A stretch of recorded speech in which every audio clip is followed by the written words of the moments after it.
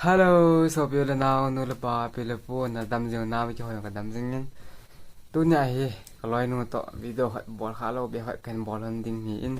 cho lẽ cái bà âm ta khát tu này sắp bận ra và tu hi 30k lên tạo gì na trong chuyện cái bà tu cần gì này cho lẽ tu nhà video đang thông bông lâu thì hiện tin event nôm lâu hi na tôi cái tụ lâu xong leo next video tiếng này cái mô tu thấy cái đôi ấy tiếng là tu nhà video hi tôi cái một đôi tài in cái một hân phạt tiếng lệ chính cả lệ thâu mà sập bèn in à thâu nó khá chú ipi hân lăng à đây thì ông đã lò đấy nè thâu nó khá cho lò đến lúc nào thế nè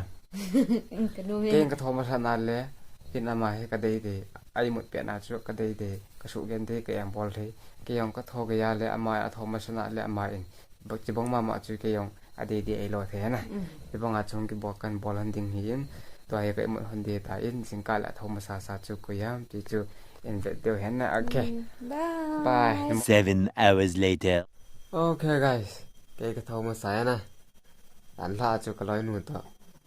xin cả lại thông mà sa là thông nó chú cái số gan thấy để ta anh cái tiểu hành nhá tôi nhìn vàng cái lối nó vàng nó mà sa điểm nhé kita vàng cái số gan thêm thì chú nó tự nhiên chú lẽ tôi phùng hoa phùng thấy lại nè lý mà khai bảo lại hiện là video kan bol mình nãy chúng ta không thổi bồi nè cái chú khai về không thổi không khá là chân cái việc là một thế gì đâu phải nè chỉ là cái lối tôi nghe to để khát thầm khát này đâu là chân ai một thế thô vợ đâu thế nè cái thô đâu là chân chú tận chân toài trong hoạt lần nó cạo cái ok toài video gạo không có tiền nè video bạn được tiếng kia cái cô tặng thế này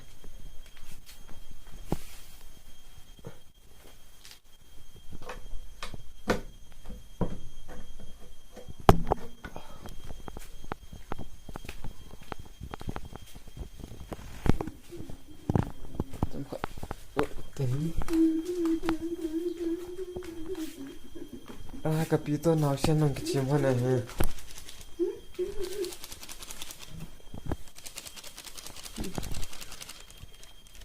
vâng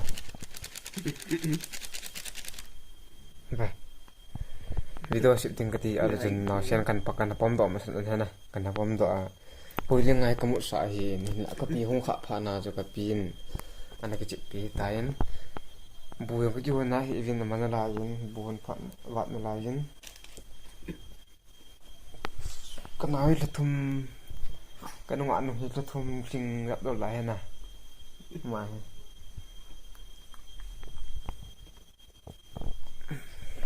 thằng cả đã sẵn nhiều rồi nó khá là nó mù đầu nào cũng sợ thâu tại nào kia hiện về ok bây giờ sim độ thì rồi lại thô khóa cái gì là ngắn luôn camera kan sip độ thì trong phận nó ngoài nó là ok tas camera kan sip độ ta ang kalau kan sip độ na camera kan sip độ hiện tin anh đã bui nằm poin ai muốn là này phải poin na tại tuy cần lại đang kan sập không được gì ok tuyên tuy cái là cái này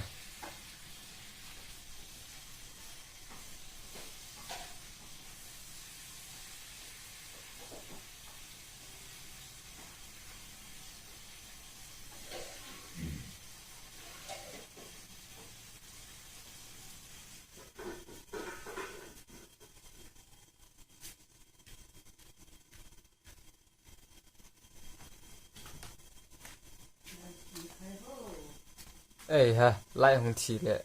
thì bật lên tay na anh mua cái gì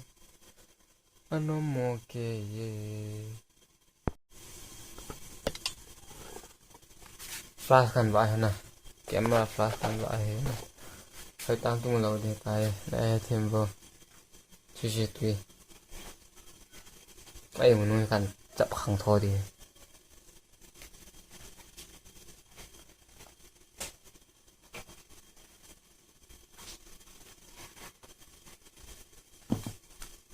camera gak quay này tên này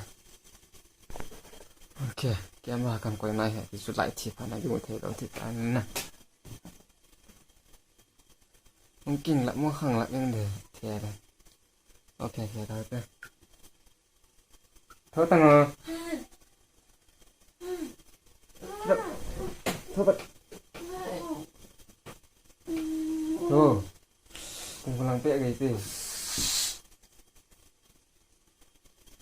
Cái phía xe này làm nè. Ấy đã để dẫn độ thoa đây. Thôi tổ không? Thôi tàn. Thôi, có em cây phát làm phim vạ cái tài. Thôi tàn. Trong phận là một tàu. Trong phận là một tàu thôi tàn. Trong phận là một gì? Trong phận là một gì thì nhưng trong phận là tôi bỏ được. trong phận là một tàu thôi tàn. Trong này. Trong phận là một tàu. Trong này. Thôi tàn. Dành hết rồi. Nhẹ rồi. Thôi tàn. Thôi tàn. Mà cả là nó đi rồi. Thôi.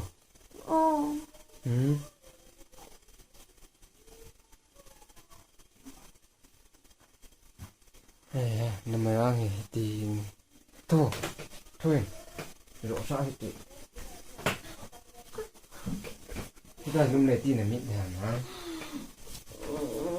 chúng ta nung này tin là mịn hàm rồi cái giận tầng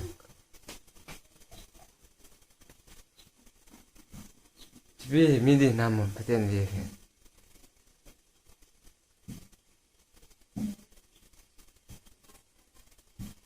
mua tu tỏi làm như mình nộp lại bất ta. buồn phát đồngถึงตาhọ những cái phát đồngถึงตาnó bỏ được gì cái bỏ được chứ Nói là như thôi lắm là bỏ được chứ. cái ông này chết ta nó mình mi vậy chứ thôi thôi đủ than tổ tay thôi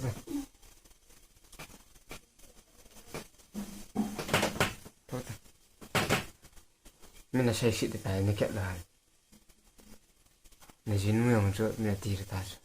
sẽ buộc hơn tuần lăng này bên mẹ buồn thì anh mình buồn luôn thì thế này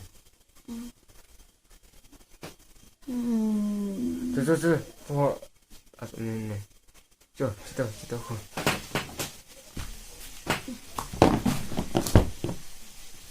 sao cô đừng gì đúng bữa nay nó ngủ rồi đầu tiên cái thọ khát đến nó một số nhà lại rồi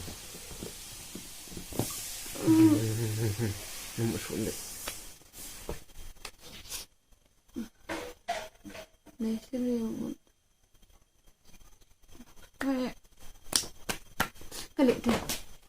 Cái đẹp đấy nó khát sợ thế mình là say xịn thế cái đẹp sạch tê.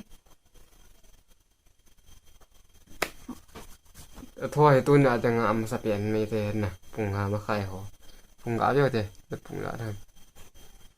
phùng 36 phùng hà mà khai vào tay này